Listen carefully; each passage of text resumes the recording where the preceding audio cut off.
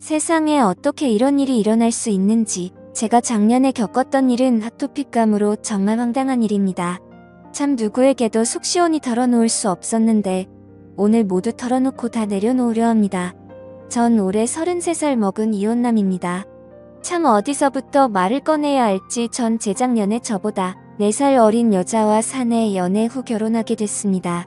전 와이프는 술을 좋아하고 노는 걸 좋아했지만 연애에는 서툴렀고 남자를 진지하게 만나본 건 처음이라며 저만 보면 수줍어하는 그 모습. 전 그 모습에 반했었죠. 저희는 비슷한 집안에 같은 회사에 뭐 서로 모난 거 없이 부족한 거 없이 비슷비슷하게 그냥 무탈하게 평탄하게 결혼에 골인하게 되었죠. 신혼여행은 하와이로 갔습니다. 전 와이프는 혼전 순결주의자라서 1년 연애 동안 별다른 진도를 빼지 못했기에 하와이에서 지냈던 그 밤이 첫날 밤이었죠. 네, 뭐 좋았습니다. 자세한 얘기는 생략할게요. 아무튼 그렇게 행복한 시간을 보냈었고 전 술을 잘 못하지만 전 와이프는 타고난 술꾼이었기에 일정 내내 제가 먼저 골아떨어졌었고 전 와이프는 새벽까지 혼자 술을 마셨는지 아침에 눈을 떠보면 비몽사몽 제 옆에서 잠들어 있었습니다. 그렇게 즐거운 신혼여행을 끝마치고 한국으로 돌아왔고 얼마 지나지 않아서 전 와이프는 임신을 했습니다. 허니문 베이비였던 거죠. 근데 그땐 너무 좋아서 의심할 겨를도 없었지만 생각해보면 아직 아이 기획이 없어서 제가 피임을 했었는데 하나도 의심하지 않고 그냥 마냥 좋아한 제가 미련스럽고 바보 같네요. 전 와이프는 임신하자마자 일을 그만두고 집에서 퇴교를 시작했습니다. 임산부 요가니 임산부 마사지니 아주 여러 방면으로 관리도 받고 뭐 퇴교 여행 그런 것도 가야 한다고 해서 저기 가까운 일본의 오키나와로 퇴교 여행도 떠났었죠. 혼자 벌기 때문에 좀 부담스러웠지만 내 아이를 가진 와이프가 안쓰럽고 또 힘들어하는 모습을 보니 정말 하나도 아깝지 않았습니다. 임신 막달쯤 되었을 땐 예약해뒀던 조리원이 마음에 안 든다며 걸어놓았던 예약금을 다 날리면서까지 무슨 유명하다는 조리원의 특실로 다시 재예약을 하더군요. 비용이 만만치 않았지만 그래도 해줬습니다. 내 아이를 가진 여자니까요. 임신 중에는 뭐가 먹고 싶니? 뭐가 하고 싶니? 새벽 2시든 3시든 전 와이프가 필요하다는 건 뭐든 다 사다 줬었습니다. 정말 헌신했다는 거 그거 말씀드리고 싶어서 이렇게 길게 주저리 했네요. 지금부터는 편의상 아내라고 친하겠습니다. 이제 본론으로 들어가자면 오후 3시쯤인가 아내가 진통을 시작했고 전 아내를 들쳐업고 병원으로 갔습니다. 저희 집에서도 첫 아이고 와이프 쪽 친정에서도 첫 아이라서 우리 부모님들 그리고 제 동생 장인어른 장모님 그리고 처제까지 온 가족이 다 모여서 아내의 출산을 기다리고 있었죠. 뱃속에 아이가 너무 크고 자궁문도 안 열리고 39주가 되도록 아이가 너무 위쪽에 있어서 의사도 그렇고 제왕절개를 하자고 해서 아내는 제왕절개로 아이를 낳기로 했었죠. 그렇게 아내는 수술실로 들어갔고 얼마 안 지나서 의왕하는 아기 울음소리가 들리길래 내 아이가 세상에 나왔구나 참 벅차더군요. 근데 한참 지나도 아이 얼굴을 안 보여주길래 뭐지 싶었습니다.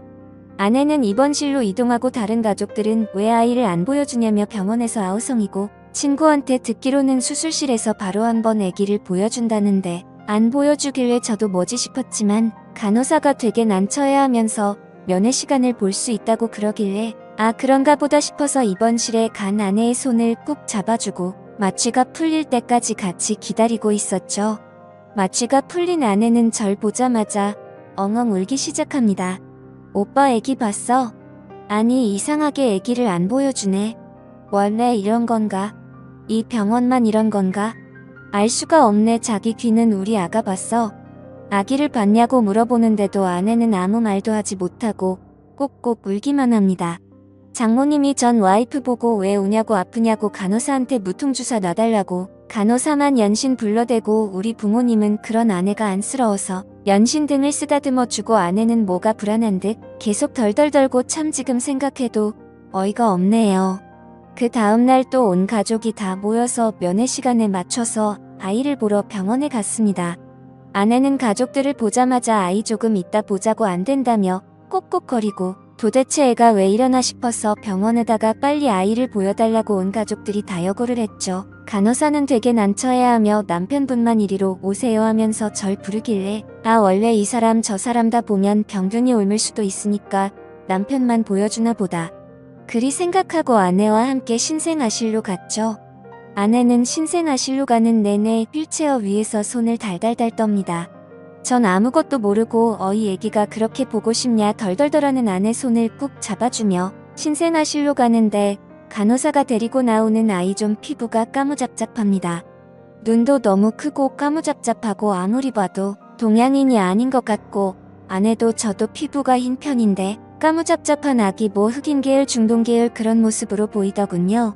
콩 심은데 콩 나고 팥 심은데 팥 나는 법인데 처음엔 바보같이 선생님 아이가 바뀐 것 같은데 간호사에게 아이가 바뀌었다고 우리 아이를 데려다 달라고 하는데 간호사는 어쩔 줄 몰라 하고 아내는 갑자기 미안하다며 꼭꼭 옵니다. 오빠 미안해 정말 미안해. 전 상황 파악이 되질 않았고 멍하니 서서 아기를 바라보다가 그냥 밖으로 나와버렸습니다. 밖에 나와서 연신줄 담배를 피고 참 이게 무슨 일인가 어찌된 일인가 한참을 생각하다가 병실로 들어가는데 병실 앞에서 고성이 오갑니다.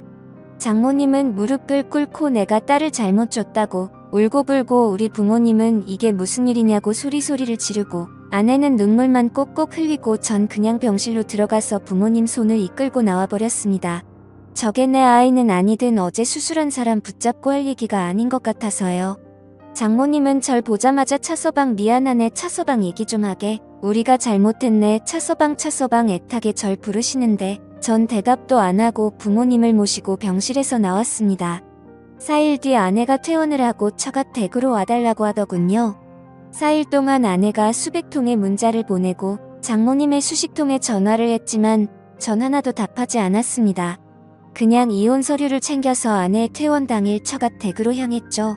그제서야 전 입을 열고 물었습니다. 어찌된 일이냐고 왜 피부색이 저러며 애 눈 코 입이 외국인 같냐고.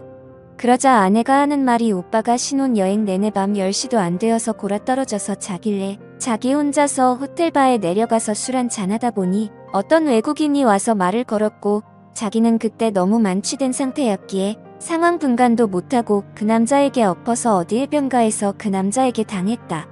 술이 너무 취했었기 때문에 난 그게 꿈인 줄 알고 아무 말도 안 했었는데 애가 태어나 보니 그게 꿈이 아니라 실제 있었던 일이구나. 이제 생각이 났다며 참말도 안 되는 핑거리를 늘어놓더군요. 장모님은 차서방 우리 딸도 당한 거네. 자네도 알지 않는가 우리 딸 제대로 된 연애도 한번 못해보고 자네한테 바로 시집가는 거네. 실수지 않는가. 한 번만 용서해주고 아이는 내가 절대 자네 눈에 보이지 않게 잘 숨겨서 키우겠네. 원한다면 외국으로 보내던지 어디 아이 없는 부모들한테 입양을 보내던지 자네가 원하는 대로 해주겠네. 계속 연신 저에게 사정을 하시고 장인어른은 계속 한숨만 쉬시고 그 와중에도 정말 아내가 그 남자에게 당했던 거라면 용서해야 할까? 별의별 수백 가지 생각이 다 들더군요. 제가 아내에게 첫 남자인 건 맞으니까요. 전 고민해본다고 하고 집으로 돌아왔습니다. 그리고 집에 와서 신혼집에서 컴퓨터를 켜서 이것저것 검색을 해보는데 문득 아내가 의심스러워져서 아내의 네이버 아이디로 로그인을 해봤죠. 참 제가 판도라의 상자를 열었더군요. 아내는 네이버 지식인의 처녀 막수술 그리고 성형 임신 중 친자 확인 해외 입양 등등 참 여러 질문을 올려놨고 그 질문들을 모두 읽어보니 아내에게 제가 첫 남자가 아니라 아내는 수술을 해서 처녀인 척 했었던 거였고 그 남자에게 당했다는 사실을 까맣게 잊고 있었던 것도 아니고 실은 다 알고 있었기에 임신 중에 친자 확인을 할 수 있는지 애를 가족들 몰래 낳을 수 있는지 참 이것저것 말도 안 되는 질문들을 연신 하루에도 두세 개씩 했더군요. 참 지금 생각해보니 당했다는 것도 거짓답습니다. 당했으면 남편인 나한테 말해서 그 남자를 잡을 생각을 했어야지. 전 그냥 두 말 안 하고 그 지식인 질문들을 프린트해서 이혼 서류와 함께 아내에게 보냈고 아내는 군말 없이 이혼 서류에 도장을 찍었습니다. 그렇게 저의 짧은 결혼 생활이 끝났고 아내는 지금 무얼 하는지 전혀 소식을 모릅니다. 동기에게 물어보니 유직을 끝내고 퇴사했다고 하더군요. 저도 회사에 이미 소문이 다 난 터라 더 회사를 다니기 민망해서 다른 회사로 이직을 했고 참 저도 지금은 담담하게 글을 써내리고 있지만 그때 당시에는 술독에 빠져서 매일매일 술만 마시고 그렇게 지냈었네요. 지금은 그냥 아무 감정도 없고 아무렇지 않습니다. 그래도 뭔가 제 마음속에 남아있는 응어리가 있었는데 이렇게 많은 분들이 보는 유튜브 채널에 제 얘기를 공유하고 나니 뭔가 한결 마음이 더 편안해집니다.